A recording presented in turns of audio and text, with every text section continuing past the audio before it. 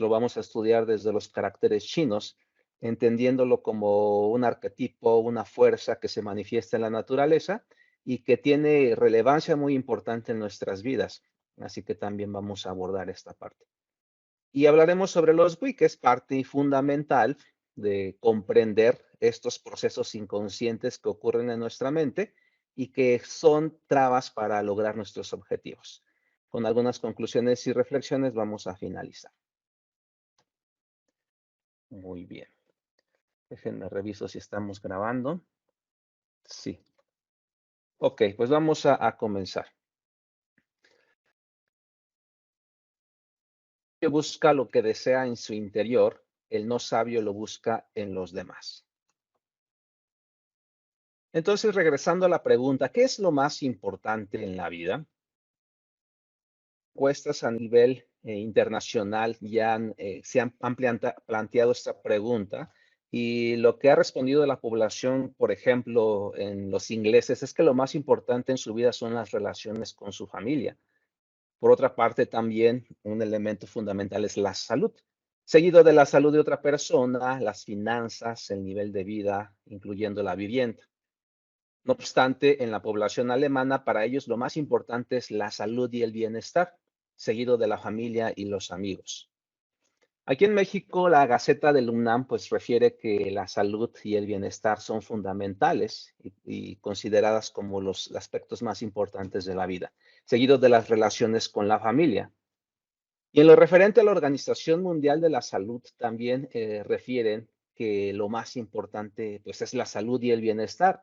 Incluso haciendo estas encuestas de qué es lo que te hace feliz, la mayoría de la población responde, pues primero tener salud y mi bienestar físico. Y algo interesante es que al final de la vida, en encuestas que se han realizado a pacientes pues, que están en esta etapa de su vida, ellos reportan que lo más importante para ellos es tener ausencia de dolor y sufrimiento.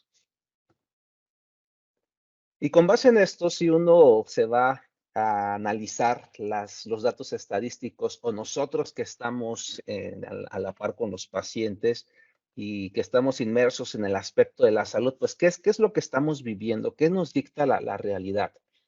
No podemos negar que actualmente tenemos más tecnología. Incluso, pues, mayor acceso a la información. Cualquiera puede entrar a una página de internet y conocer sobre salud, sobre medicina, sobre tecnología, informática, etcétera. Ya no se puede negar que no sea posible acceder a la información.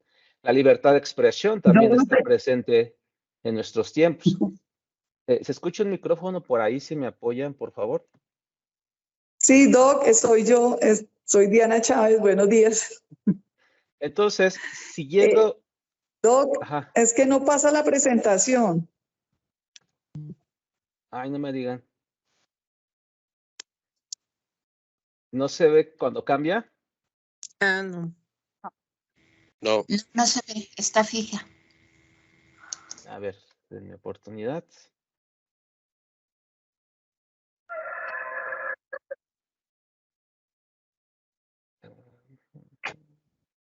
Doc, es que se ve toda la presentación, entonces toca colocarla como en modo que se vea pantalla completa. A ver, permítanme. Por eso no ha pasado.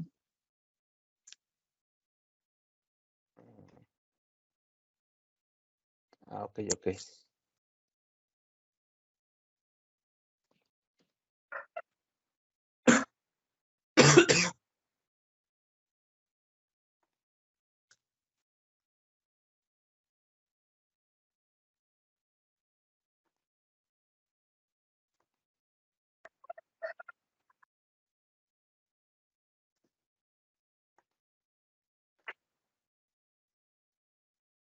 A ver ahí, me dicen si pasa. Sí, ahí sí. Sí, Ya se ve. Bien, no, entonces estaba perdiendo las figuritas y toda la animación. Bueno, pues entonces, retomando, miren, aquí lo que les estaba comentando es que aquí pues anexo las citas, cada aspecto importante pues va a estar acompañado de su cita como suelo realizarlo. Bien, Entonces les comentaba de que pues hay aspectos importantes en la vida y uno de ellos es la salud. La mayoría concluye que lo más importante para nuestra vida pues es tener salud y bienestar, seguido de otros aspectos como lo es ya la vivienda, el estatus económico, etcétera. Pero bueno, en relación a estos aspectos que también les mencionaba de qué vemos actualmente, pues también hay más tecnología, más acceso a la información, ya conocemos el genoma humano totalmente, entonces sí tenemos pues bastantes adelantos. Sin embargo, algo que tampoco podemos negar es que así como aumenta la tecnología, pues también hay mayor casos de violencia a nivel mundial. El feminicidio también es un problema global que se vive en el mundo. También cada vez somos sociedades más violentas, hay conflictos bélicos, el problema del armamentismo, las guerras que se están suscitando. Y también en el caso pues, de la escuela, el bullying, ¿verdad? Ahora ya como hay más acceso a la tecnología, pues es más fácil también hacer bullying cibernético. Otro problema también que es muy importante es el cambio climático, aunado también a sus repercusiones a la salud, las adicciones que también están en aumento y los estilos de vida insanos. Ahora, ¿qué pasa con las enfermedades? Pues el aspecto de la psique, de nuestras emociones, de los pensamientos, pues se considera como una de las principales enfermedades no transmisibles en el mundo. Abarcan el primer lugar las enfermedades neuropsiquiátricas. Y eso también lo podemos ver reflejado en datos, como observamos en este gráfico, del aumento en la prevalencia de ansiedad, por ejemplo, en adultos jóvenes en Estados Unidos. Vean este gráfico que de los 18 a los 25 hay un aumento significativo. No tenemos datos actuales del 2023, pero no dudo de que la tendencia del gráfico es que habrá aumentos y están presentándose aumentos. Los casos de depresión, si observamos estos gráficos, tanto para mujeres como hombres, del 2002 al 2013 en Corea del Sur también están en aumento. La tasa de consulta de salud mental en Chile es otra situación similar, también está aumentando, vean, 2010 hasta el 2019, esto indica los diferentes años, diferentes grupos de edad, y en los diferentes grupos de edad está en aumento esta situación. Y bueno, los pacientes con infarto al miocardio también han reportado que los trastornos mentales que subyacen a la enfermedad también están en aumento, como lo podemos ver en este gráfico del 2008. Vean la tendencia hacia el 2017. Y bueno, este gráfico ya lo he presentado en algunos seminarios, talleres, conferencias de que las enfermedades cardiovasculares con base en estudios de proyección para el 2030 van a seguir aumentando, incluyendo los casos de cáncer, así como las enfermedades crónico-respiratorias y la diabetes. La pandemia que acabamos de tener, pues es un reflejo, ¿verdad?, de las repercusiones que se tuvieron a nivel de diferentes sistemas. Entonces, es muy probable de que esta tendencia pues también influya en nuestra calidad de vida. La Federación Internacional de la Diabetes proyecta para el 2035 un incremento de 205 millones de pacientes o de personas diabéticas. Y bueno, las enfermedades ginecológicas, otro problema que también no podemos negar. Los casos de cáncer se han reportado aumentos del 2014 al 2018 y bueno, diferentes tipos de cáncer. Hablar de dolor crónico también nos permite conocer que los casos de dolor crónico están aumentando. Aquí se vemos este gráfico del 97-98 al 14, aumentó hasta un 41% en Estados Unidos. Y estas variaciones en lo referente a las nuevas cifras del 2019-2023 se encuentran variaciones del 44 hasta el 55.5%. Es decir, que de 10 personas, 5, de 2, 1, es muy probable que va a presentar algún tipo de dolor crónico. Y bueno, así, si somos un poquito reflexivos y nos damos un tiempo para ver que sí está aumentando la tecnología, pero la esperanza de vida, al parecer, estos estudios de proyección estiman que va a disminuir. Aquí vemos esta estimación del 2002 en azul y la proyección para el 2030 en naranja. Entonces vean cómo a partir de los 15 años las muertes proyectadas para el 2030 van a aumentar y así sucesivamente en los grupos de edad. Entonces, ¿qué significa? Pues que la esperanza de vida va a disminuir. Y vuelvo a repetir, si pareciese que estamos mejorando en tecnología, acceso a la información, etcétera, pero en cuanto al aspecto salud, al parecer, pues no se está teniendo un avance significativo.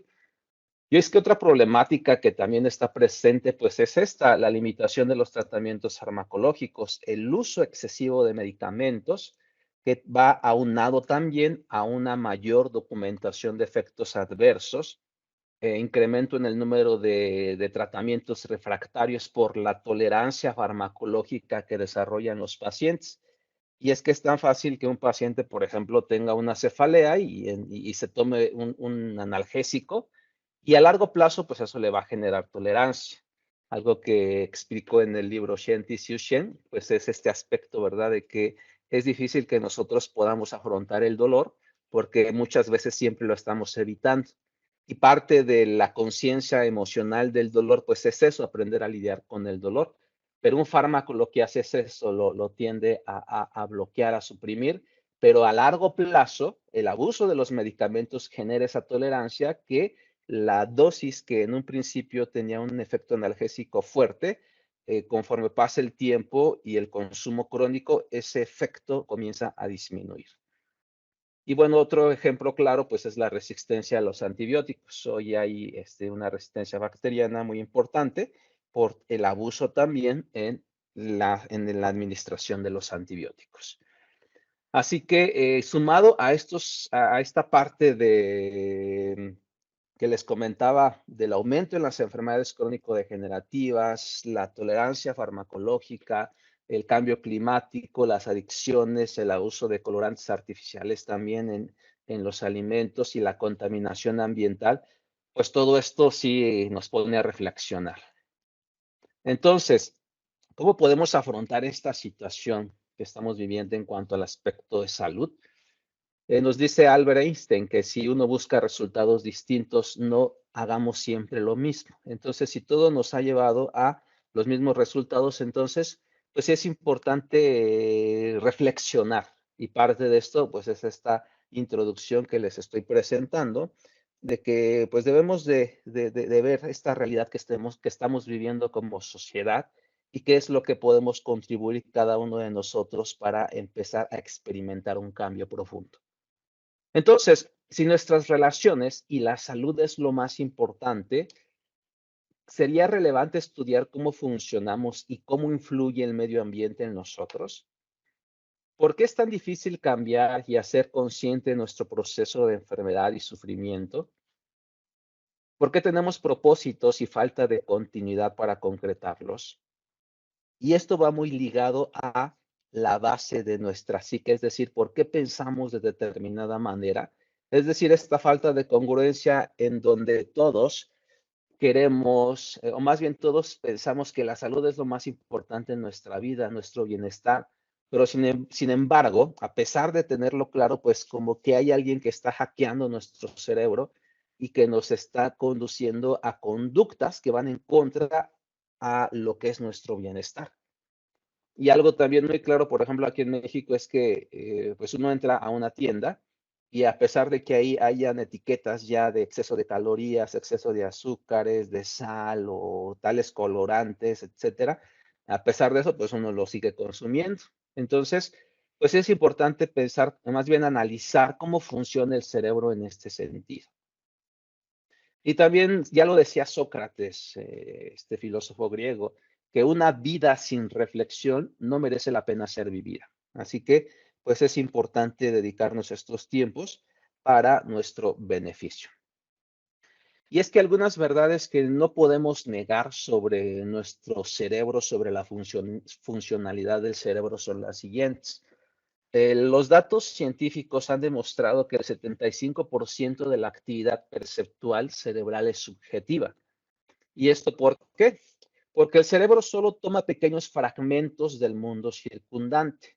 Y con esos pequeños fragmentos va construyendo una realidad. Entonces, gran parte de la información se pierde, porque el cerebro pues solo toma estos pequeños fragmentos. Y esto está asociado pues a otros procesos que ocurren en el cerebro. Por ejemplo, después de 4 horas, el 30% de la información se olvida. Por eso es importante siempre tener estrategias de aprendizaje, porque si no, la información tiende a olvidarse. Lo que se aprendió en el transcurso de los días también tiende a olvidarse. Es decir, el cerebro, si no consolida la información, pues la va a olvidar. Los datos que no son relevantes para el cerebro se pierden. El cerebro recuerda momentos, el cerebro no recuerda días, y de ahí la importancia de que uno, si está teniendo un trabajo con sus emociones, con sus pensamientos, con sus preocupaciones, pues sí es importante hacer consciente todos esos procesos que ocurren en su cerebro. Y para ello, pues hay que dedicar tiempo a la meditación, a la reflexión, a la retrospección diaria de lo que hacemos día con día, de los propósitos y logros que se tienen, ya sea por día o por semana, por esta parte del cerebro, de que el cerebro tiende a recordar solo momentos. Así que ya de uno depende de qué tanto pone en actividad este cerebro para que obtengamos el mejor beneficio de él. El cerebro también tiende a tener sesgos, tiende a confundir y a malinterpretar. Y es que esto está asociado a estos procesos inconscientes que ocurren dentro de nuestro cerebro. Por eso les decía que pareciera que aunque uno tiene claro un propósito, pero dentro de su cerebro hay alguien que está hackeando esa información y que le está condicionando a tener conductas que van en contra a veces de los propósitos. Entonces vean qué curioso es el ser humano, en donde a veces no hay congruencia entre lo que queremos y lo que hacemos. Pero esto, ¿por qué ocurre? Por estos procesos inconscientes y conflictos que están ocurriendo a nivel de nuestra psique. Y se le llama inconscientes porque muchas veces no nos damos cuenta de ellos. Es decir, son procesos que no somos conscientes de ellos, pero que desde el fondo de nuestra mente, por eso se relaciona mucho con el concepto de sombra, porque está oculto, pero desde esa oscuridad nos está constantemente modificando la percepción del mundo. Y entre esto tenemos, por ejemplo, el estrés, el miedo, las preocupaciones, las emociones, los conflictos, el proceso de enfermedad, los condicionamientos. Todo esto tiende a cambiar cómo el cerebro percibe el mundo. Así que los estados de conciencia que cada uno de nosotros va adquiriendo influyen en cómo cada quien va percibiendo su mundo. Por eso es que los sabios de la antigüedad enfatizaban mucho que el ser humano está sumergido en un estado de conciencia dormida, producto de estos procesos de condicionamiento que hace que perciba solo un pequeño fragmento del mundo. De tal manera que a medida que uno va aprendiendo a lidiar con el estrés, aprendiendo a lidiar con el miedo, a las preocupaciones, pues su percepción del mundo va a empezar a cambiar. Y otro aspecto interesante también es que desde el punto de vista biológico, el cerebro de la mujer es muy diferente al cerebro del hombre. Y es que ambos, para el aspecto por ejemplo, de comprender a la mujer y comprender al hombre, pues es importante primero saber que biológicamente piensan diferentes. Entonces, esto desde el punto de vista de la psicología cognitiva o la neurociencia cognitiva, pues nos permite tener más empatía en el caso de los hombres con la mujer y en el caso de la mujer con el hombre. Entonces no son cerebros iguales. Incluso el cerebro también de los niños, de los adolescentes, de los adultos no es el mismo, son cerebros diferentes que cambian acorde a su desarrollo, la producción de determinadas hormonas que cambian en el transcurso de los días y de los años. Todo esto hace pues que cada cerebro sea distinto. Y bueno, pues todos estamos fascinados cuando vemos el mundo exterior, ¿verdad? Pero la realidad es que el mundo exterior se reduce a un mundo interior, en donde los procesos que ocurren a nivel de nuestro cerebro, las redes neuronales, todo eso es lo que va a construir una realidad. Es decir, realmente no estamos percibiendo lo que está afuera, sino que lo que el cerebro percibe es lo que el mismo cerebro está construyendo, su propia realidad interna. Que sí depende de los factores externos, pues claro, pero lo que realmente va a interpretar el cerebro, pues va a ser acorde a la información que ya está codificada dentro de él. Por eso les decía que si adentro de nosotros tenemos un hacker que está modificando la percepción de las cosas, pues esto va a influir mucho en cómo pensamos, cómo observamos, cómo visualizamos, etcétera. Bien, hasta aquí alguna duda, alguna pregunta. ¿Sí va avanzando bien la presentación? Sí. Sí, todo bien hasta ahorita. Sí, doctor, todo bien. Sí. Ok, Todo bien. bien. Excelente, Entonces, gracias. Yo sí tengo una pregunta. Sí. Cuando habla de procesos biológicos, no habla específicamente de aspectos estructurales del cerebro, ¿verdad? Sí, hablando de los aspectos estructurales del cerebro que depende, pues, de toda la fisiología, de toda la biología del cerebro, neurotransmisores, hormonas, citocinas, todo lo que influye en la neurotransmisión. Muchas gracias. Bien. Ahora, entonces, si ustedes observan toda esta actividad que les mencionaba de procesos inconscientes, procesos que ocurren a nivel de nuestro cerebro, pues pareciese que el cerebro siempre está encendido. Y esa es una realidad. Realmente el cerebro nunca descansa. Nuestro cerebro siempre está gastando energía. Cuando uno va a dormir, pareciese pues, que va a descansar, pero no, el cerebro está encendido. Así que el cerebro no descansa. Y esta actividad antes se desconocía, que se le denomina actualmente actividad espontánea. Y esta actividad, pues como observan en estos registros, pues es la que está muy relacionada pues a pensamientos, emociones, procesos que ocurren durante el sueño, durante las diferentes fases del sueño, que algunas están ligadas pues tanto a sueños lúcidos también, que ahora se están investigando mucho estos sueños lúcidos. Y aunque pareciese que no hay un estímulo, pues el cerebro siempre está respondiendo, o sea, siempre hay actividad cerebral. Lo interesante también es que la mayoría de los neurocientíficos pues ya han corroborado que esa actividad espontánea está asociada también a pensamientos, recuerdos, sensaciones, pero muchos de estos pensamientos son errantes, es decir, no tienen un rumbo fijo, sino que es actividad que anda oscilando sin tener un objetivo específico. Y al contrario, cuando uno activa ciertas áreas del cerebro como la corteza prefrontal aquí en la frente, sí, es cuando el cerebro tiende a ordenar los circuitos neuronales para la ejecución de una acción. Por eso estas áreas del cerebro se les llaman áreas ejecutivas o funciones cerebrales superiores. Pero de forma espontánea el cerebro ahí parece un arbolito de Navidad oscilando su actividad. Y es que gran parte de la actividad del cerebro está interrumpida. Esto también ya está más que demostrado. ¿Y esto por qué? Pues porque hay una gran cantidad de distractores externos. Les hablaba de que así como aumenta la tecnología, pues hay más distracción. ¿En qué sentido? Pues la adicción a los teléfonos inteligentes es algo que no podemos negar.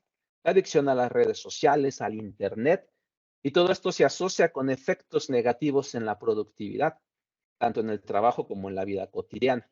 Por eso les decía que cuando uno ya activa un área del cerebro como la corteza prefrontal, cuando ya va a ejecutar un objetivo o tiene claro una intención, entonces toda esta actividad espontánea, errática, sin un propósito, pues tiende a focalizarse.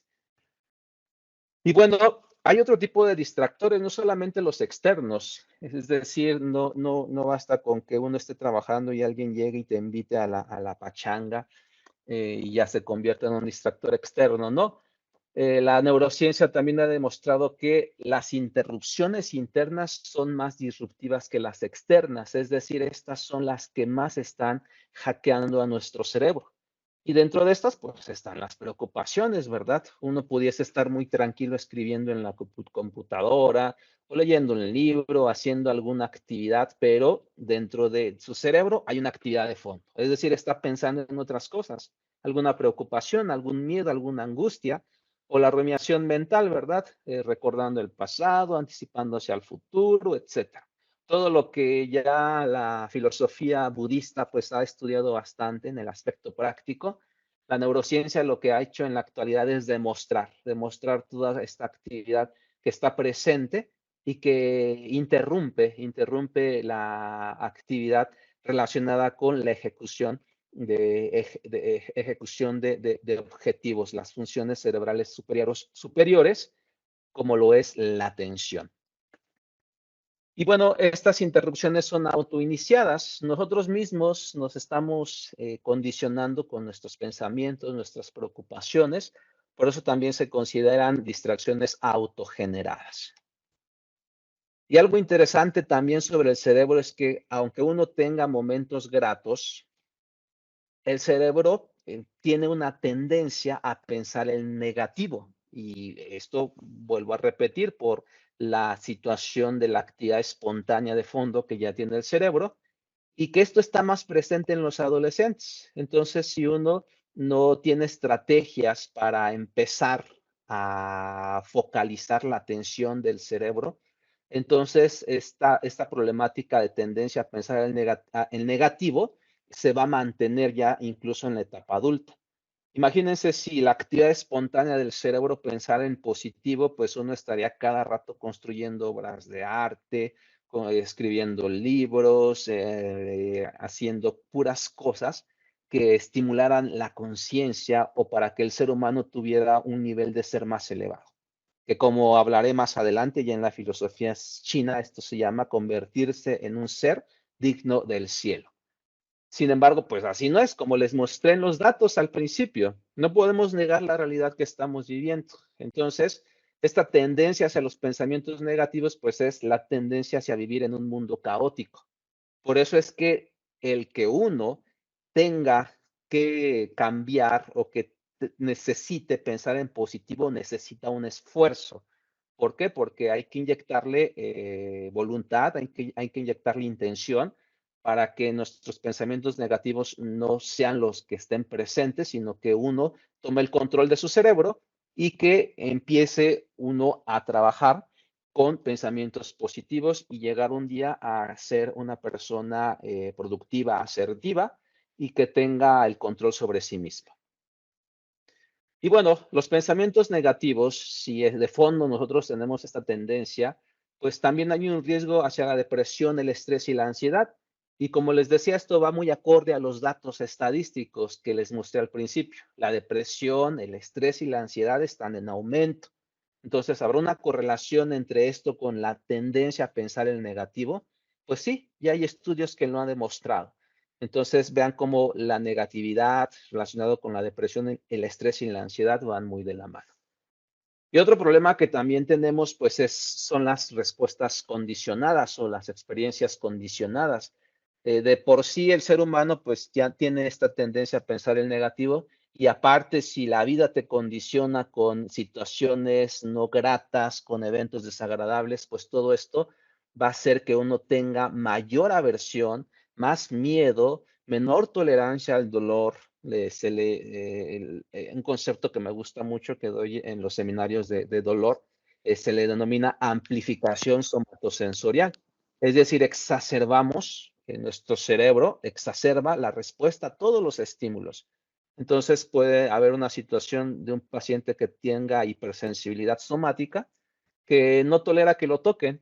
Esto asociado pues a todos estos cambios que ha tenido a lo largo de su vida que hacen que se exacerben sus respuestas y su sensibilidad. Bien. Entonces, estos procesos de condicionamiento ya hay estudios que lo han demostrado que desde la infancia se condiciona a pensar de determinada manera y tener respuestas conductuales asociadas a estos procesos de condicionamiento. Por ejemplo, este experimento que fue muy clásico, muy señalado también por las cuestiones éticas, de experimentos del pequeño Albert. ¿En qué sentido? De que a este bebé al principio le mostraban objetos o animalitos que no le desencadenaban ningún temor, una rata o por ejemplo la máscara, y al principio él no tenía miedo a ninguno de esos estímulos, pero después lo condicionaron. ¿De qué manera? Pues empezaban a golpear una lámina muy fuerte, y obviamente sus sistemas de defensa, los mecanismos de respuesta innata, de aversión, se empezaron a activar. Entonces, al mismo tiempo que tocaban esa lámina fuerte, pues también empezaban a poner otra vez la máscara a los animalitos, y el bebé empezó a generar aversión a algo que en un principio no. Entonces vean cómo uno se va condicionando o es condicionable. El cerebro es muy, pero muy plástico. Entonces, así como uno puede condicionar ciertas enfermedades, asimismo también uno puede cambiar sus redes neuronales para convertirse en una persona resiliente. Entonces, las adversidades en la etapa temprana son riesgos potenciales para desarrollar migraña. Este es un estudio que se publicó, pero bueno, ya hay más estudios que han trabajado esta línea y hablan de la relevancia de que es muy probable que la amplificación del dolor sea condicionado. El dolor es algo natural que todos debemos de experimentar. La situación es cómo afrontamos ese dolor. ¿Qué estrategias utilizamos? Y si no tenemos ninguna estrategia, entonces es muy probable que el dolor llegue a amplificarse. Lo mismo pasa con otros tipos de dolores, como el dolor visceral, que también se condiciona por eventos estresantes en la infancia. Bueno, en la etapa adulta, ¿sí?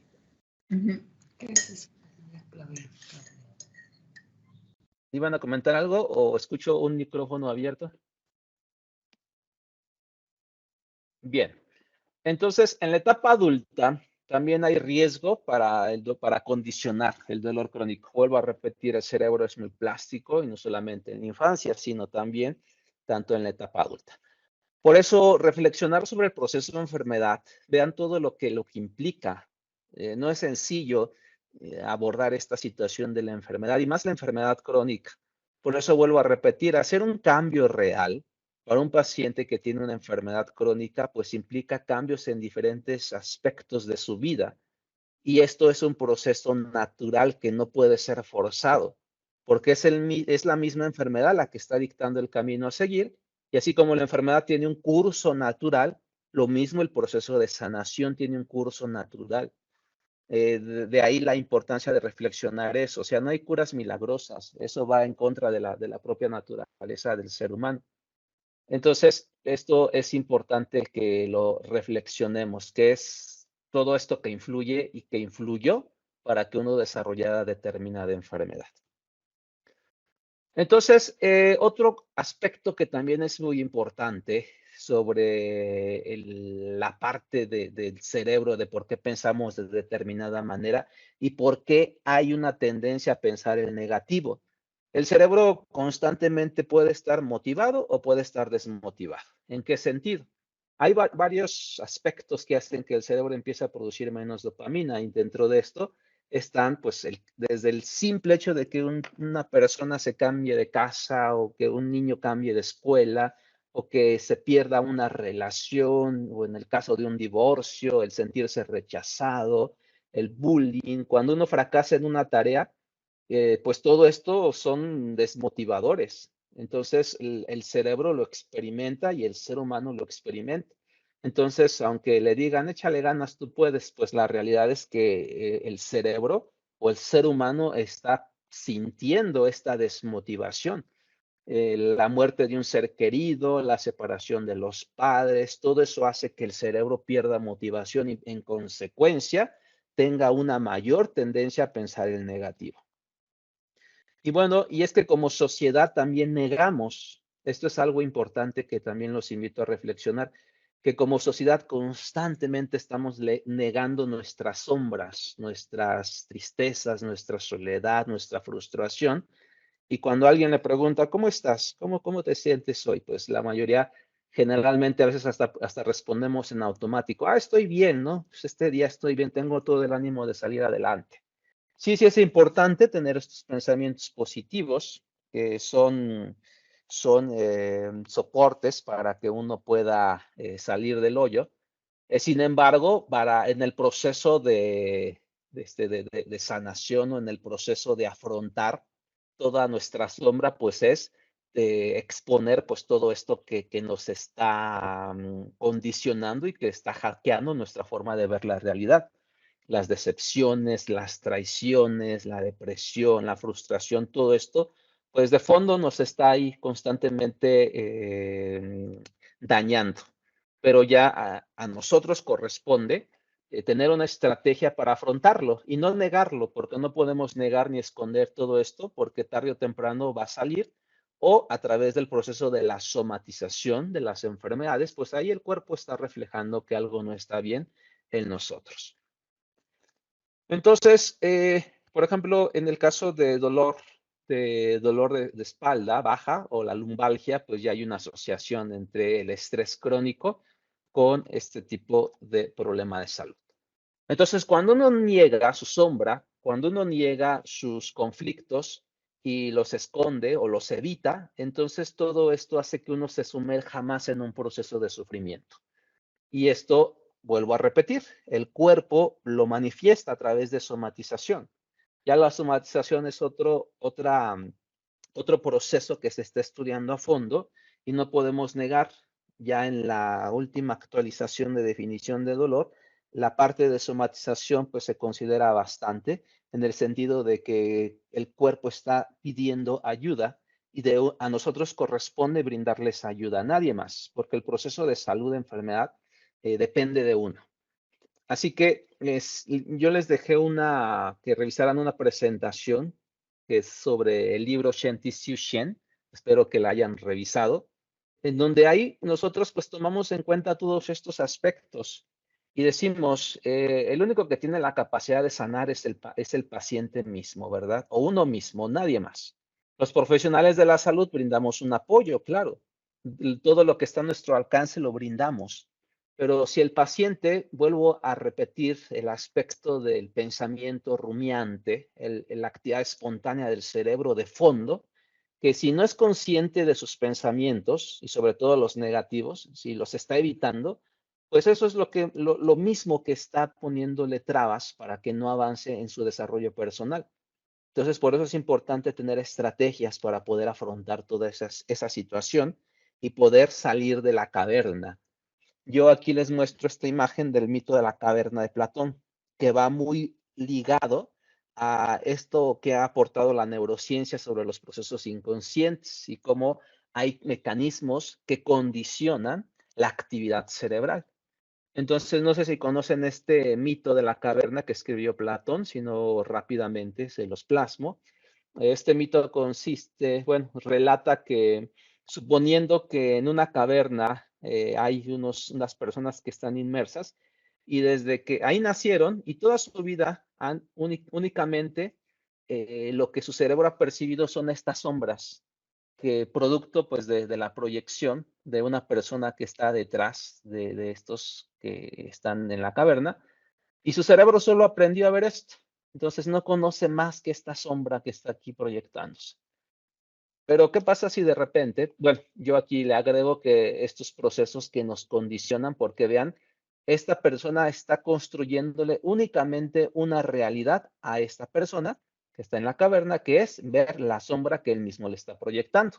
No ve más. De hecho, los dos están dentro de la misma caverna. Entonces, por eso yo lo asocio que esto tiene que ver con los condicionamientos que todos vamos adquiriendo, nuestros patrones mentales, nuestros hábitos, el pensamiento condicionado, la actividad espontánea de pensar el negativo, todo lo relacionado con estrés o todos los conflictos que resultan y que generan una sombra, como les hablaré ya más adelante cuando hablemos sobre los GUI.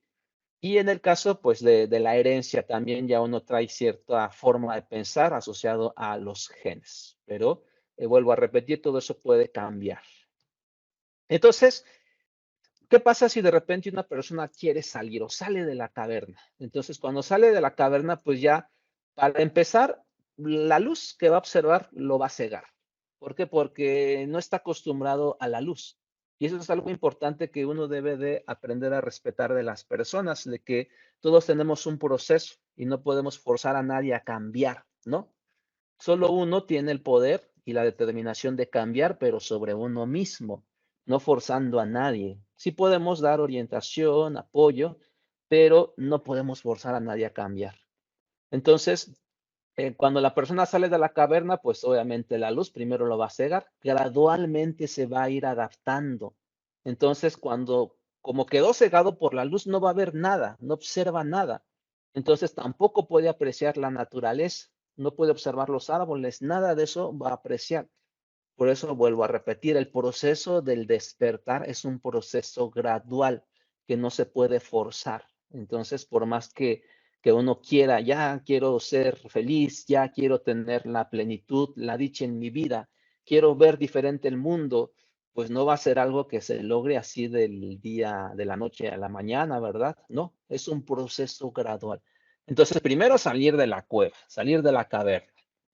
Salió de la caverna la persona y ya después adaptarse gradualmente a la luz. Entonces, cuando ya se adapta, poco a poco va a empezar a ver a lo lejos una montaña, el vuelo de un pájaro, el crecimiento de un árbol y va a decir, ah, qué maravilla es esto. Entonces, me perdí de muchas cosas y no puedo, pues, dejar esto. Y bueno, habrá una persona, por ejemplo, que tal vez diga, ok, quiero ayudar a los que están en la caverna porque esto que está afuera es mucho mejor a lo que está únicamente, pues, que está construyendo su realidad, que son los que están aquí adentro. Aquí se ven también. Entonces, uno de ellos tal vez diga, quiero regresar a ayudarlos. Pero bueno, cuando regrese a la caverna, primeramente, pues va a ser lo mismo. O sea, el regresar otra vez a la oscuridad también va a ser un proceso gradual ya con conocimiento de causa, porque va a estar cegado por la luz. Yo creo que esto sí les pasa a ustedes cuando están mucho tiempo en el sol y después entran a un cuarto oscuro. Entonces, gradualmente también ya no va a ver con los mismos ojos que ven los que están en la caverna. Ya sus ojos son diferentes, entonces va a ver diferente. Los que están adentro, pues tal vez alguno diga, bueno, sí, vamos a ver qué hay allá, y otros digan, no, yo no me quiero ir de aquí porque esto es lo que a mí me ha construido mi realidad y es lo único que yo conozco. Entonces, su cerebro está muy condicionado, muy difícil que esta persona ya quiera experimentar otra realidad y entonces pues se queda ahí encerrado en su propia caverna y no ve más allá de lo que está percibiendo en su caverna oscura. Y bueno, esto también lo comprendemos con esta frase de Albert Einstein que dice, pocos son los que ven con sus propios ojos y sienten con sus propios corazones. ¿En qué sentido? Pues de que ellos, vean, ni siquiera están observando una realidad, están observando la proyección de una sombra de otras personas. Por eso cuando salen y ven ahora sí con sus propios ojos lo que es una verdad, entonces están empezando a sentir con sus propios corazones. Bien. Y bueno, lo que les comentaban, que algunos salgan de la sombra para convencer a los que están ahí, pues si no quieren va a ser difícil. Y bueno, también nos dice Albert Einstein, todo aquello que el hombre ignora no existe para él. Por eso el universo de cada uno se resume al tamaño de su saber. Bien. ¿Hasta aquí hay alguna duda? ¿Vamos bien? Profesor, Bien. todo bien. Excelente. Bien, Profesor, avanzamos entonces. soy Silvia. Sí, ¿Me sí, escucha? adelante Silvia. Sí. Profesor, por ejemplo, pues yo tengo, bueno, no sé, ¿usted qué piensa, por ejemplo, de que cuando alguien tiene una sintomatología, pues obviamente algo está pasando en él, ¿no? Pero, ¿qué piensa de que a esa sintomatología se le dé un nombre, como todos lo conocemos, como una enfermedad, y que eso pueda causar un condicionamiento en el cerebro de esa persona hacia que tal vez eso pueda influir negativamente en que se logre su curación o su sanación? ¿Por qué, o sea, ¿por qué le pregunto eso? ¿Qué piensa usted Porque en una ocasión yo escuché o he escuchado a psiquiatras de renombre que han dicho que cuando algunas personas tienen problemas mentales o tienen alguna sintomatología mental, cuando se les da un nombre a esa sintomatología, como ahora hay tantos trastornos y ellos mismos han dicho que no hay bases fisiológicas que demuestren que esos trastornos tienen bases fisiológicas. Entonces, al condicionarlos con darle el nombre a ese trastorno, esa persona se etiqueta y de alguna manera se queda en ese lugar, en esa etiqueta, y es muy difícil que pueda salir de ahí. Sí, no sé si me explique. Sí, es clara tu pregunta. Sí, sí influye, claro que influye cómo percibimos las cosas y cuando se etiqueta una enfermedad, pues sí, estás restringiendo una forma de ver las cosas con un concepto. Vamos a verlo más adelante en cómo pensamos y cómo piensa la medicina occidental y cómo tiende a tener un tipo de pensamiento llamado reduccionista. Por eso en la medicina china no se habla de enfermedad como tal, se habla de síndrome. Y la enfermedad, el concepto que me gusta a mí mucho es Bing, que significa para superar y para trascender. Entonces, cuando hablamos también de los seminarios que doy de medicina tradicional china, que hablamos de, bueno, a ver qué es enfermedad. Vamos a empezar primero a reflexionar sobre esta palabra. Porque sí, depende mucho de cómo captas tú la información y cómo haces que tu cerebro lo procese. Recuerda, de fondo tenemos actividad espontánea que tiende a pensar el negativo o el catastrofismo, que es muy visible en los pacientes con dolor crónico. Entonces, si de repente tú ya tienes condicionado al cerebro a que si te dicen de repente es que tienes cáncer, caray, no, pues ya. Y 3 meses de vida. Entonces, desde ahí es un condicionamiento. El cerebro es una maravilla, nuestro cuerpo es una maravilla, como se los traté de transmitir en la parte de Shen, de que a través de nosotros pulsa conciencia, que los chinos llamaban Shen, y esta conciencia, pues, es la que pone orden. Entonces, basta que uno empiece a reflexionar sobre sus procesos inconscientes, sobre todos estos mecanismos que lo están llevando a enfermar. De ahí el concepto de para superar y para trascender, para que realmente tenga una transformación. Porque todo lo demás, gran parte de la medicina, lo que hace únicamente es paliar el dolor, o son paliativos, ¿verdad? Enmascaran. Sí te hacen sentir bien un momento, pero el problema de fondo sigue estando presente. Y vuelvo a repetir, ahí están los datos. Entonces, claro que tiene que ver cómo vemos las cosas. Así que nosotros estamos desarrollando un trabajo por ahí, tratando de comprender este proceso de enfermedad como un proceso dinámico a través de series de tiempo. De hecho, el siguiente seminario de medicina china que vamos a tener trata sobre eso, desde la fisiología sistémica y la parte de series de tiempo, entender el proceso de salud de enfermedad desde otra visión, como una serie temporal. Pero bueno, entonces, pues a seguir estudiando. De hecho, es lo que vamos a ver ahora relacionado con la fuerza Muy Jun. ¿Qué podemos hacer para aprovechar todo esto y cómo podemos nosotros empezar a tomar el control de nuestra vida? Ahora, ¿qué son los Wei? ¿Qué es el dragón de madera y la fuerza Muy Jun? ¿Qué relación tienen estos aspectos con la medicina tradicional china y cómo aprovechar este conocimiento en este año que está comenzando, en donde va a estar muy presente esta fuerza Mu y su relación pues con el dragón pues todavía lo hace más interesante? Ok, bueno, entonces pues para los que no conocen de la medicina china, porque por ahí recibí algunas solicitudes de personas que, pues, que no están familiarizadas con la medicina tradicional china, pues rápidamente voy a mencionar algo al respecto. Primeramente, saber qué es un sistema médico. O sea, la medicina tradicional china ya se considera como parte de un sistema médico tradicional que tiene su propio sistema de prevención, de diagnóstico y tratamiento de enfermedades. De hecho, en China, pues hay un área, por ejemplo, de medicina tradicional y un área de medicina convencional o alopática. El paciente puede decidir cómo quiere ser tratado. Si quiere medicina tradicional, exclusivamente pura medicina tradicional puede asistir a esa área o a esa parte del hospital. O si quieres solamente alopático, pues puede ir solo a la parte alopática. Habrán algunos que quieran ambas, ¿verdad? Para complementarse. También está esa opción. Y pues eso es algo interesante de China, que la parte tradicional pues la están cada vez reforzando más con investigación por toda la relevancia que está teniendo esta medicina. Pero a pesar de ello, pues también en China pues hay una gran cantidad de enfermedades crónico-degenerativas asociado a esto, ¿verdad? Que les mencionaba de que trabajar con la psique no es algo fácil, no es algo sencillo.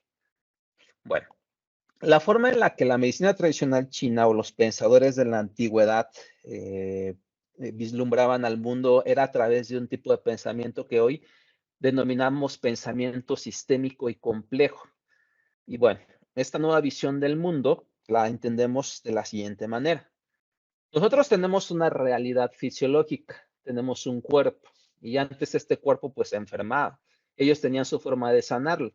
Pero cuando empezó a llegar el método científico o el pensamiento analítico, entonces lo que se hizo fue lo siguiente para entender cómo funcionábamos o cómo funcionamos.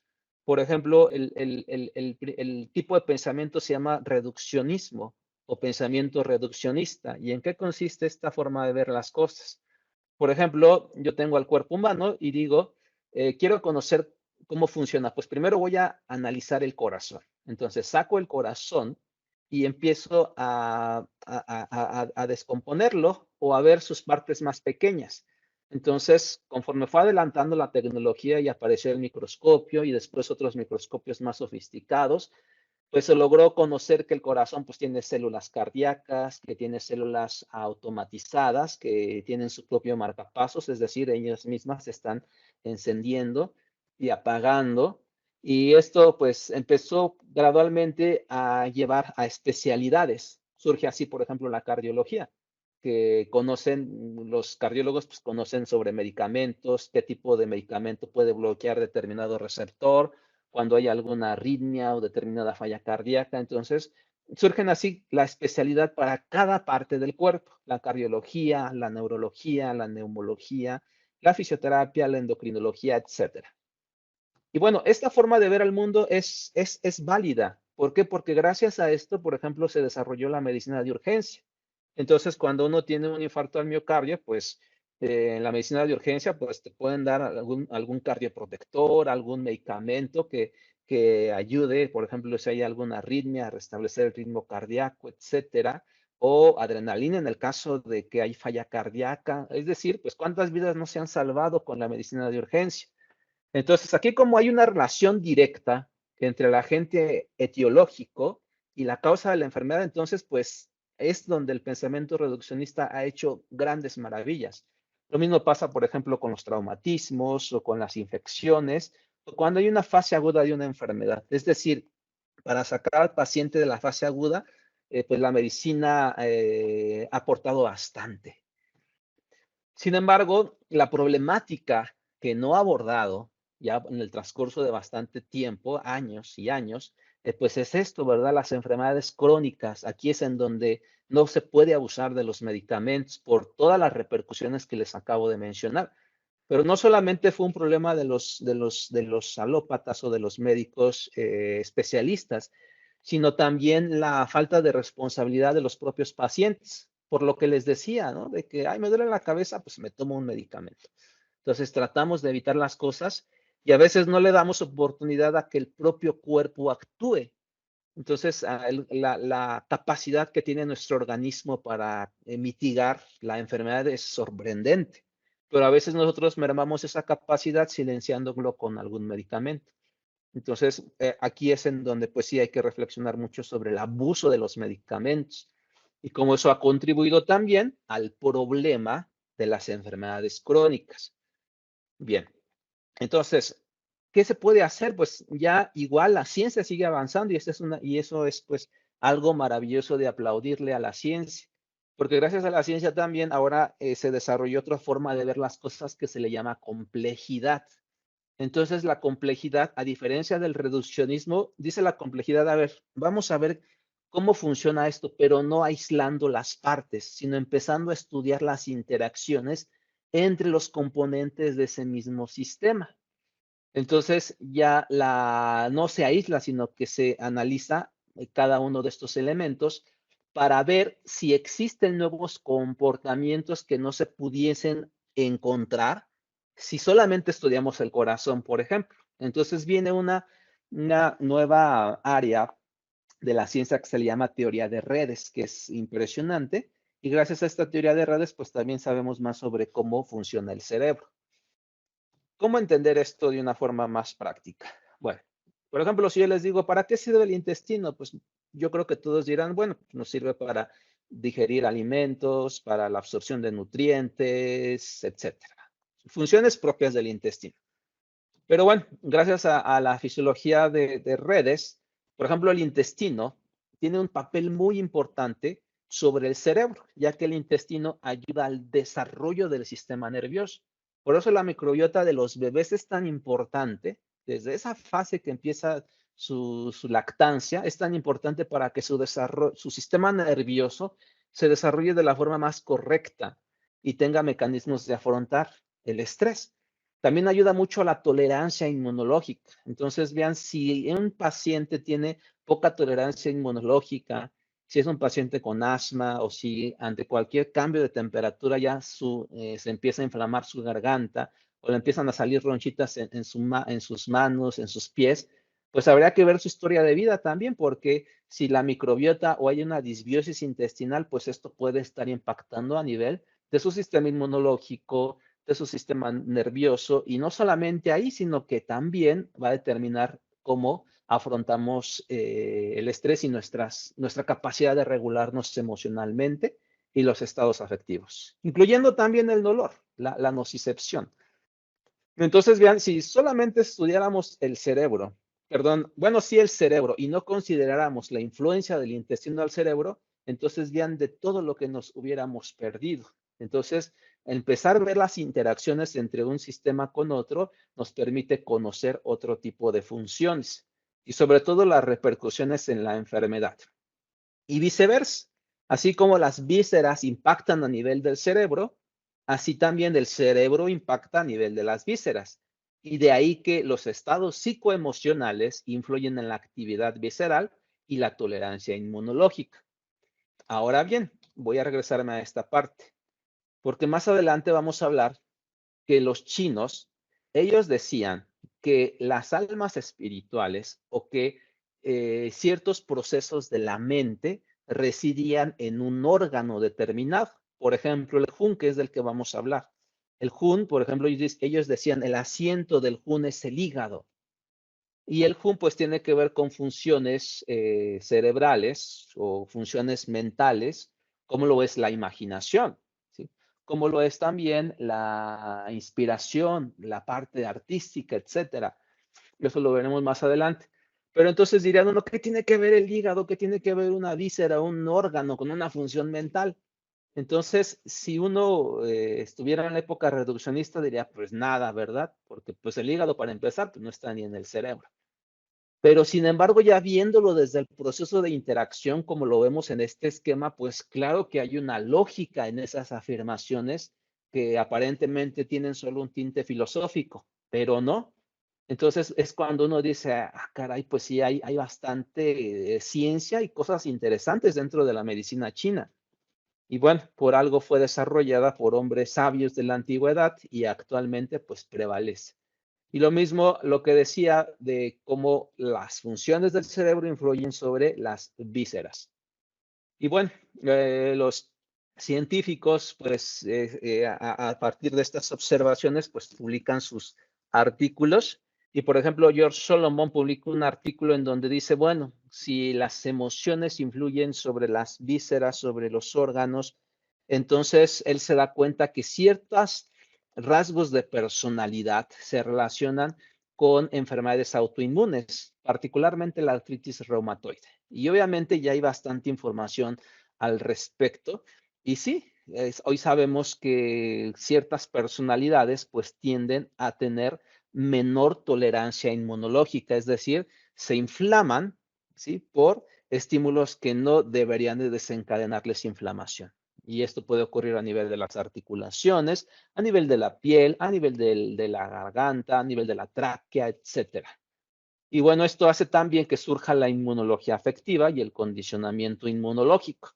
Así como nosotros mismos nos enfermamos, podemos condicionarnos a enfermar, pues amerita un trabajo con nuestro aparato psíquico para tener este proceso de condicionamiento inmunológico y poder tener un control sobre nuestro sistema inmune. Bueno, entonces, como les decía, este sistema de interacciones ya se había plasmado, estamos hablando de unos 3000 años más o menos, en donde esta gráfica que les muestro aquí se llama el sistema Wurtz-Zinn o los 5 fenómenos, pensado desde el punto reduccionista como madera, fuego, tierra, metal y agua, pero son fenómenos que van más allá de la madera y el fuego, como lo explicaré hoy solamente en el aspecto del fenómeno madera. Entonces, nos habla de interacciones de cómo, por ejemplo, en el fenómeno Mu, aquí tenemos el hígado y en el fenómeno Tu tenemos el vaso que representa pues ciertas funciones del cuerpo como el transporte, transformación de alimentos y también la parte inmunológica. Entonces, las interacciones entre el vaso, el hígado, por ejemplo, Hu, aquí tenemos al corazón. Las interacciones que pueden existir entre estos órganos, pues ya ellos lo habían descrito desde la antigüedad. Y bueno, la parte de la complejidad ya considera todos los aspectos que influyen en el proceso salud-enfermedad. Ya no es tanto una relación directa. Hay una relación directa con un proceso agudo, ¿verdad? Cuando de repente tenemos un dolor abdominal o un dolor agudo porque algo consumimos y nos cayó mal, bueno, pues ahí es una causa directa, una relación directa, no hay ningún problema, ¿verdad? Pero cuando hay procesos complejos como la diabetes, la obesidad, pues ahí sí ya no hay una causa directa. Son varios factores que hay que considerar. En el caso del cáncer, por ejemplo. Entonces, el pensamiento complejo sistémico, pues considera todos estos factores para tratar de entender y que sobre todo el paciente haga conciencia que son varios los factores que debe de cambiar, porque no hay una relación directa con algo en particular. Son varios los factores y por consiguiente, diferentes procesos que debe de tener ese paciente que tiene cáncer o diabetes o hipertensión si quiere realmente un cambio de fondo. Ahora, 1945-2024. Vean ustedes ahorita, este es un gráfico sobre las publicaciones científicas que se tienen en el ámbito de la medicina tradicional china. Si esto no fuera relevante, si no estuviera aportando datos importantes para la sociedad o incluso para los mismos científicos, para las universidades, hospitales, este gráfico estaría así planito. Pero estamos hablando que del 2016, bueno, más o menos en el 2005, por ejemplo, vean aquí 1,650 publicaciones al año, 2016, 6,807 y 2023, el año pasado, 22,149 publicaciones científicas relacionadas solamente con la medicina tradicional china. Obviamente aquí implica pues diferentes ramas como acupuntura, moxibustión, herbolaria, etcétera. Entonces, el interés aquí se observa que está presente. ¿Por qué? Porque tiene mucha ciencia la medicina tradicional china. Entonces, si es tan importante en la actualidad, ¿cómo podemos comprender este tipo de medicina? ¿Cuáles son sus antecedentes? ¿De dónde proviene y cómo nos pudiese ayudar en nuestro día a día? Bueno, la fuente doctrinal de la medicina tradicional china es este libro o este texto conocido como el Huangdi Neijing.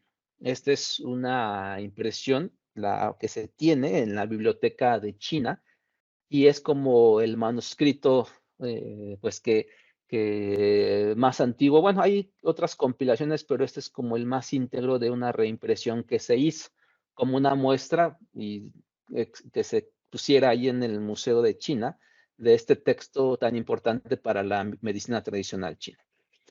En cuanto a su desarrollo, pues hay muchas teorías sobre cómo se desarrolló este libro. Hay por ahí algunos sinólogos que dicen que este libro fue producto de varios pensadores chinos.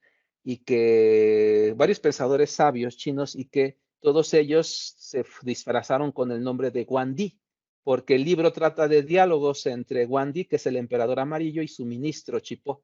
Entonces, en su ministro, que incluso Chipo también puede aludir a varios ministros, que eran los hombres que aconsejaban al emperador. Entonces, pues hay varias teorías, como vuelvo a repetir, porque de hecho, Guandi o el emperador amarillo también es una figura mitológica, que es el descendiente del dragón amarillo, el hijo del dragón. Por eso el amarillo pues, representa un grado muy importante para la cultura china. Entonces, pues está esa teoría. En China se maneja mucho, de hecho, cuando uno hace una formación en China, pues ahí se maneja bastante que la medicina tradicional china es el resultado de la integración de tres formas de pensamiento, de tres doctrinas, que es el taoísmo, el confucianismo y el budismo. De hecho, hay una pintura de la dinastía Song en donde están estas tres personas, o se le conoce como los tres sabios riéndose de sí mismos. Y estos tres sabios pues hablan de que es posible llegar a una armonía entre las enseñanzas de los sabios de la antigüedad. Y estos tres sabios pues representan al confucianismo, el taoísmo y el budismo. Y sobre todo la armonía que se observa entre las diferentes corrientes filosóficas. Y esto también es un ejemplo de que el pensamiento integrativo es algo que pues debemos de tomar también como ejemplo de esos sabios de la antigüedad. Creo que se abrió otro micrófono por ahí. Si me apoyan, por favor. Y entonces, pues esta pintura a mí me gusta bastante. ¿Por qué? Porque pues lo que estamos haciendo en la actualidad pues es lo mismo. La ciencia está avanzando, entonces en lugar de utilizar la ciencia para generar caos o otro tipo de situaciones como pues los alimentos procesados con bastante glutamato monosódico, etcétera, pues usar la ciencia para un mejor desarrollo del ser. Entonces, todos los datos que les mostré al principio, si ustedes se dan cuenta, no solamente es hablar de filosofía, es hablar de ciencia, de las aportaciones de la neurociencia a la conducta del ser humano. Entonces, tomemos como ejemplo, sigamos tomando este ejemplo del pensamiento integrativo de los tres sabios o de los tres sabios riéndose de sí mismos, al darse cuenta pues de que la enseñanza es la misma, ¿verdad? Siempre y cuando pues todo vaya acorde al beneficio de la humanidad o de ser mejores seres humanos para elevarnos a escalas superiores del ser. Otro ejemplo es este cuadro donde aquí está Confucio entregando un Buda Gautama o un pequeño Buda a Lao Tzu. Y aquí tenemos también a los tres sabios. Otro ejemplo es este templo colgante que está en Henshan, en la ciudad de Datong, provincia de Shanxi, en China, donde hay reliquias del confucianismo, del budismo y del taoísmo. Bien, ahora, ¿cuál es el objetivo de la filosofía de la medicina tradicional china? Su principal objetivo primero es comprender. Por ejemplo, hay un axioma alquimista que a mí me gusta bastante. Y ese axioma dice, primero observa y luego actúa. No podemos dejarnos llevar a veces por el ímpetu de hacer las cosas ya. No, primero hay que observar. Y después, una vez que uno observa, pues ya actuar. Y esto va acorde a los objetivos de la medicina china. El primer objetivo primero era entender cómo funciona la naturaleza. Y para ello, pues hay que estudiar, hay que observar, hay que ser muy reflexivos, muy analíticos. ¿Para qué? Para saber qué leyes son las que exigen, las que rigen, perdón, las que operan, y para que uno pueda acoplarse a esos principios que ya existen. Y gracias a que uno tiene esta parte de conciencia llamado Shen, pues es como uno puede acoplarse a esa armonía que ya existe para convertirse en un ser celestial que se le llama Tianren o Tianren, el hombre del cielo, o Shenren, un ser consciente o un ser espiritual. Y ahora, ¿por qué ellos decían que era importante conocer cómo opera la naturaleza? Porque también ellos tenían claro que el ser humano pues tiene una parte oscura, una sombra, y de ahí el concepto de los Wi que vamos a ver más adelante. Entonces decían, pues no estás totalmente desarrollado. ¿Por qué? Porque vas a tener de fondo sombras, pensamientos negativos que van a tratar de sumergirte en el sufrimiento. Pero por designio divino, tú tienes el derecho de lograr la plenitud en tu vida y ser un ser celestial, un ser sabio. Pero esto va a meritar un trabajo, porque no va a ser fácil. Y ahí están los datos de la neurociencia, de esta actividad espontánea que todos los humanos tenemos. Entonces, ellos eran muy observadores de los fenómenos que ocurren en la naturaleza. Por eso vuelvo a repetir, si no observamos, si no nos damos un tiempo para salir, para ver, a veces de sentarnos frente de un árbol, observar el árbol, pues no, difícilmente vamos a encarnar o experimentar una sabiduría ancestral.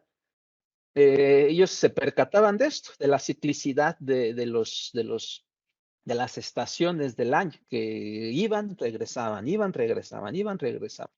Lo mismo los ciclos del día y de la noche, los ciclos lunares, ¿por qué? Porque pues vivían también de la agricultura y sabían que ciertas épocas eran propicias para cultivar y otras pues no tan propicias. Entonces, con base a múltiples análisis, observaciones, pues hacen sus conclusiones y concluyen que la vida se expresa a partir de un universo dual, interpretado en dos leyes. Ellos dijeron, vamos a ponerle yin a la parte del reposo y yang a la parte activa. Obviamente tiene otras implicaciones estas leyes del yin y del yang, que son importantes para comprender cómo pensamos, cómo funcionamos y por qué nos enfermamos. El universo y todo lo que lo habita está impregnado de conciencia. Entonces, al observar y ver una mariposa y el vuelo de esa mariposa y detenerse, con un alto grado de conciencia, de observación, viviendo en ese presente, pues penetraban y se maravillaban. Por eso Buda, por ejemplo, Gautama dice, cuando mires hacia el cielo y te des de cuán perfecta es la vida, solamente vas a sonreír. ¿En qué sentido? Pues de que uno ya no tiene tantas cosas en la cabeza y cada vez se encuentra más paz en su corazón. Entonces, así estos sabios de la antigüedad, pues penetraban cada vez más, con más conciencia, y se daban cuenta, pues que sí, que el universo es consciente, que es armonioso, que la naturaleza es perfecta y que está entretejida. No se puede aislar del ser humano porque el ser humano forma parte de esa misma naturaleza. Y bueno, regresando nuevamente a la parte de la ciencia. Roger Penrose, premio Nobel de física teórica, es la foto que les pongo en esta imagen, así como otros físicos de renombre a nivel internacional, pues también han hecho ya sus propuestas de que en efecto el universo es consciente. El universo es consciente y es un ser vivo en el sentido de que genera fluctuaciones y emisiones espontáneas que surgen del vacío. A mí me gustó mucho este artículo que encontraron, por ejemplo, en estos laboratorios de física cuántica, que en partes donde creaban un vacío, de repente aparecían partículas, pero eran espontáneas. De hecho, también se les llamaban partículas fantasmas. Solo estaban un tiempo y pum, después se iban.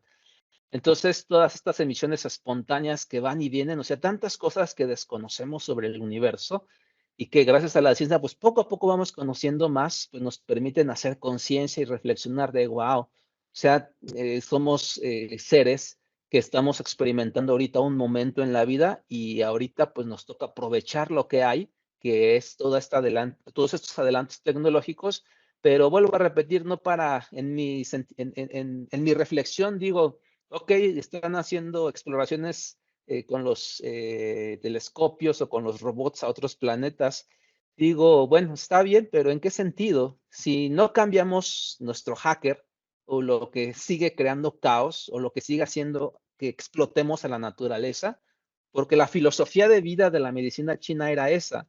Estudia la naturaleza para que vivas acorde a ella, no para que la explotes o trates de satisfacer tus ambiciones, tus avaricias, etcétera. Entonces, esa no era la filosofía de vida. Entonces, por eso vuelvo a repetir, tratemos ahora más bien de aprovechar los adelantos, pero para beneficio del ser. Entonces, esto de que constituye un campo unificado, un espacio éter, tiene gradientes cósmicos, el universo se expande y se contrae. Todo esto pues nos permite reflexionar, wow, pues entonces es factible pensar que sí, en efecto, el universo pues es un ser vivo que tiene conciencia, una conciencia total generada por todas sus componentes, sus galaxias, sus planetas, los seres vivos que lo integran, etc. Y bueno, ellos vean su alto grado de reflexión y análisis, pues dicen, pues vamos a hacer las cosas más sencillas para los que vienen después de nosotros, pues vamos a hacer algunas teorías y algunas leyes que sean fáciles de comprender, como la teoría del yin-yang, los 5 fenómenos, y otros diversos sistemas filosóficos, como el libro de las mutaciones o el I Ching, que es una verdadera maravilla. Y bueno, otros textos como el libro de las montañas y lagos y mares, que habla del xenismo y que también habla de los Wii y de otros espectros, demonios, etcétera. También está interesante ese texto. Con el objetivo de respeta la naturaleza y vive acorde a ella para lograr la plenitud. Entonces, parte de la enseñanza de esta filosofía y es parte también de lo que transmitían estos sabios de la antigüedad, hablando de Chuanzi, el taoísta, o Lao Tzu, que también fueron de esa misma línea del taoísmo, o Confucio y Mo Tzu, que ambos, bueno, estas diferentes personas pues fundaron el taoísmo y el confucianismo. O también considerar los mitos, ¿verdad? Como las figuras legendarias como Fuxi, que fue el que vio en el caparazón de la tortuga dragón el universo y con ello el sistema de trigramas. O Guandi, el emperador amarillo, ¿verdad? O el emperador de Jade también, el hijo del cielo, y la parte filosófica del xenismo. Que vuelvo a repetir, todo esto pues tiene un trasfondo. No escribían sus mitos ni escribían sus leyendas solamente a tinta muerta, ¿no? Había una enseñanza que a nosotros, y en función del grado de conciencia de cada persona, pues va a extraer lo más esencial, lo más importante para su vida en ese momento. Y de aquí viene también, pues, que ellos conocían la influencia de los astros sobre los seres vivos. Entonces, vean cuántos años ellos ya sabían esto. Y bueno, el libro oracular de los cambios, de la relevancia de observar y comprender, pues ellos plasman los cambios que ocurren en nuestras circunstancias y en nosotros mismos. Y este libro pues es una maravilla, de que a veces cuando uno necesita algo, un consejo, y no tiene pues a quién acercarse, pues simplemente toma este libro y lo que plasma o los trigramas o lo que le corresponde, pues es curioso porque a veces uno dice, wow, pues esto era lo que necesitaba en este momento. Pero lo interesante es cómo desarrollaron todos estos textos, ¿verdad? O el horóscopo chino, que son representaciones de las cualidades y fuerzas de la naturaleza reflejadas en los seres humanos. Entonces, uno pues podría pensar, ¿no? Luego veo por ahí unas conferencias de neurociencia, de la meditación, de neurocientíficos de prestigio, ahora que fue el Congreso en Neurociencias este año.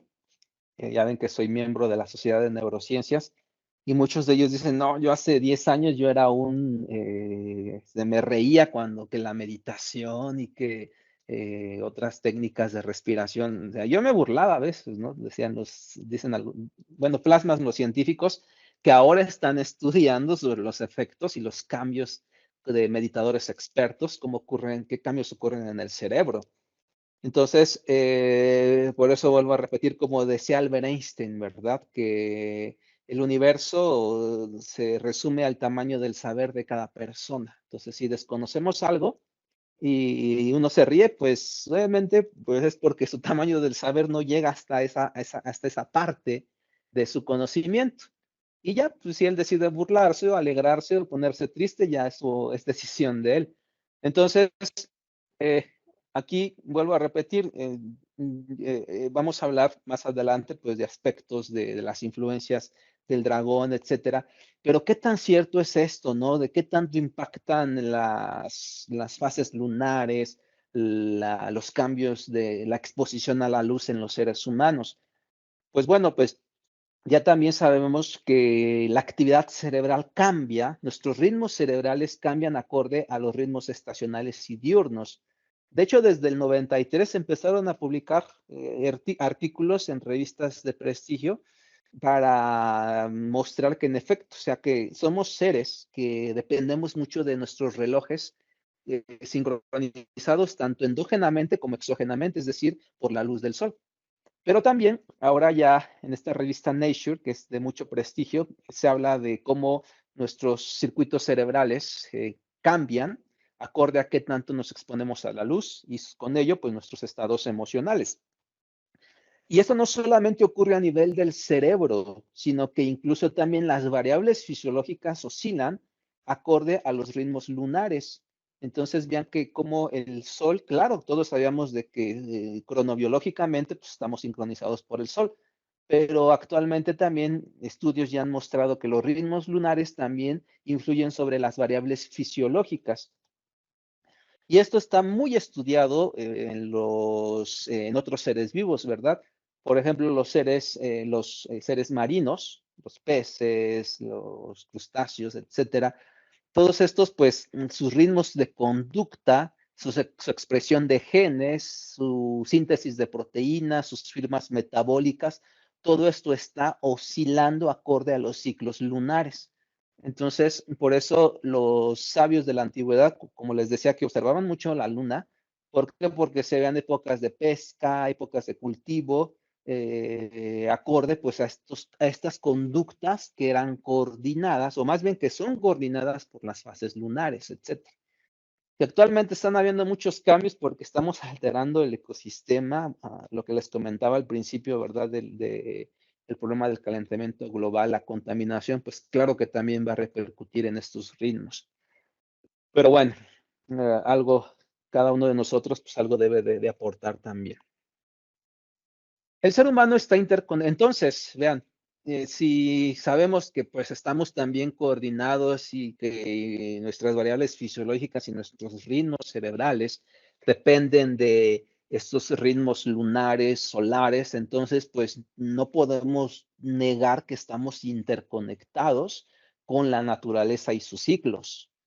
Entonces somos uno mismo, somos una extensión de la misma naturaleza. Entonces, ¿por qué no aprovechar esas influencias para prosperar de una manera integrativa? No solamente en el ámbito económico, ¿verdad? Porque a veces pues, nos dejamos llevar mucho por el aspecto económico, sino en el aspecto espiritual. Digo en el aspecto espiritual porque pues de nada servirá tener mucho dinero si al final de cuentas pues uno va a desencarnar y no se va a llevar nada de materia. Entonces lo que impacta más allá de la vida pues es el espíritu, ¿verdad? Todas las satisfacciones que tuvimos, pero en el ámbito de bienestar, en el ámbito de nuestra esfera espiritual. Y esto fue el principal mensaje de los hombres sabios, dejando el Xiu Shen, que el Xiu Shen es la ciencia del autocultivo, es decir, una serie de prácticas que son indispensables y que todo ser humano debe de realizar. Ahora, la meditación es algo que es necesario para la humanidad. ¿Por qué digo necesario? Porque vuelvo a repetir, ustedes lo vieron en las primeras diapositivas, la actividad espontánea errante de nuestro cerebro. Entonces, por más que le digas a una persona, piensa positivo, haz esto, ok, se puede esforzar, pero si no conoce sus procesos psíquicos y si no tiene estrategias para afrontar sus emociones negativas, pues difícilmente va a lograr una continuidad de propósitos. Por eso les decía, ¿no? Y les planteaba unas preguntas ahí de por qué tenemos propósitos y no los concretamos. Termina el año y otra vez, a ver mis propósitos. O voy a hacer mi lista de mis logros de este año, ¿ok? Ya cuando estamos por finalizar el año. O igual, podemos hacerlo por día, etcétera, y darse uno cuenta que a veces, pues, uno mismo es el que se está poniendo las trabas. Por eso vuelvo a repetir, la ciencia del autocultivo, la meditación, lo que comemos, hacer uso de las plantas también, y otras estrategias que son interesantes y ya más acorde a la especialidad de la medicina tradicional china, como la acupuntura, el tuina, todo el trabajo con la psique, y bueno, otras técnicas más que se utilizan también. Practicar la gratitud y la compasión es algo súper importante, porque dentro de la ciencia del autocultivo, como les decía, cuando el ser humano se da cuenta que es uno con la naturaleza y que está ligado a ella, el expresar gratitud tiene repercusiones muy importantes en el cerebro. Y bueno, no hablemos de la meditación. La meditación es súper importante. ¿Por qué? Porque activa estas áreas del cerebro que nos ayudan a tener una mayor resiliencia y también tener mayor capacidad de afrontar el dolor, ¿sí? Ser resilientes para el dolor, para el estrés, para la enfermedad. Entonces, la meditación nos ayuda bastante para esto. Hablar de técnicas de respiración, ahora ya es algo que está muy de moda, pero pues hay que conocer también qué tipo de técnicas, porque sabemos que los patrones respiratorios influyen en la expresión de genes, incluso estabilizan nuestros telómeros. Los telómeros, cuando se empiezan a desestabilizar, es cuando la célula empieza a morir y envejecer. Entonces, para preservar la salud y estar fuertes y llegar a un estado de vejez sanos, pues tiene que ver también mucho en cómo respiramos. Y lo que les comentaba, la gratitud y la compasión. Estas prácticas de agradecer a la naturaleza, de conectarnos con la misma naturaleza, pues es algo que debemos de hacer e integrar también en nuestras vidas. Este año que va a regir el dragón de madera o la fuerza Hun, pues se presta mucho para salir, ya lo veremos más adelante. Bueno, yo creo que ya vamos a verlo, vamos a programar otra sesión porque ya se nos está agotando el tiempo, pero vamos a reflexionarlo porque va a ser un año que se va a prestar bastante para salir, para conectarnos con la naturaleza, para disfrutar, para hacernos fuertes.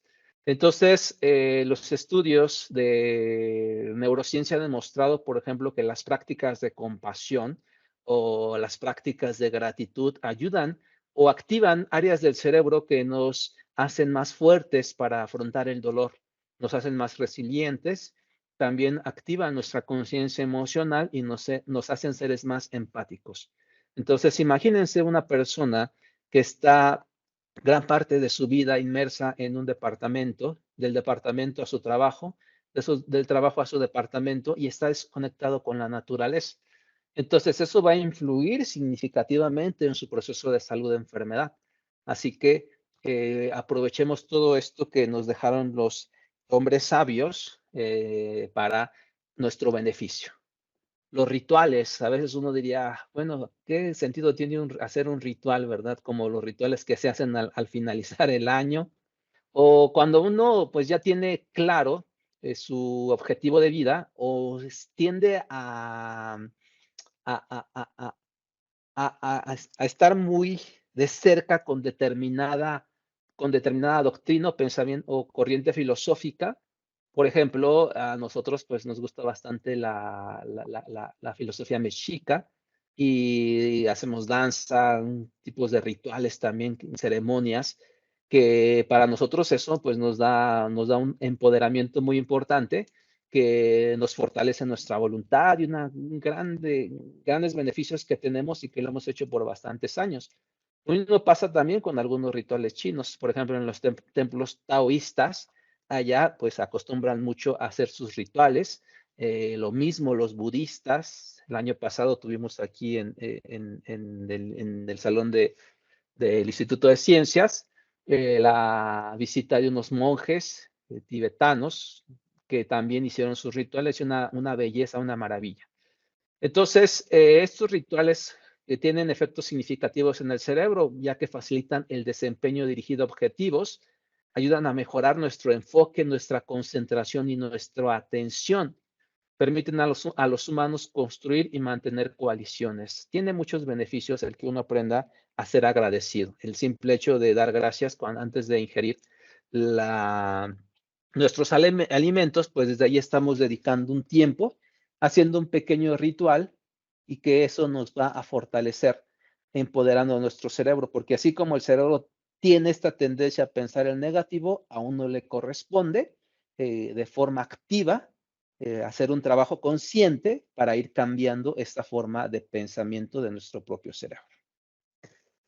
Bien, entonces, pues ya llegamos a las 8:30, como habíamos acordado. Sé que algunos tienen que irse a trabajar, así que pues vamos a dejarlo hasta aquí, porque pues como les plasmé ahí en el programa, pues quería que hiciéramos primero esta reflexión, porque si yo empiezo a hablarles de la fuerza Jun, de las influencias que vamos a tener, y no conocemos este aspecto de la psique, la situación actual que estamos viviendo, pues es seguir cayendo en lo mismo. Y no, o sea, uno de mis propósitos que ya he tenido claro es hacer un poco de conciencia en las personas, en mis estudiantes, en los alumnos, de que hay que hacer cambios de fondo si queremos realmente ver cosas diferentes que a lo que estamos viviendo en la actualidad. Así que pues llegamos hasta aquí y nos vemos. Ya yo les confirmo igual en el grupo que otro día programaríamos para ver la siguiente parte de esta masterclass. Si alguien quiere comentar algo o hay alguna duda, puede realizarlo.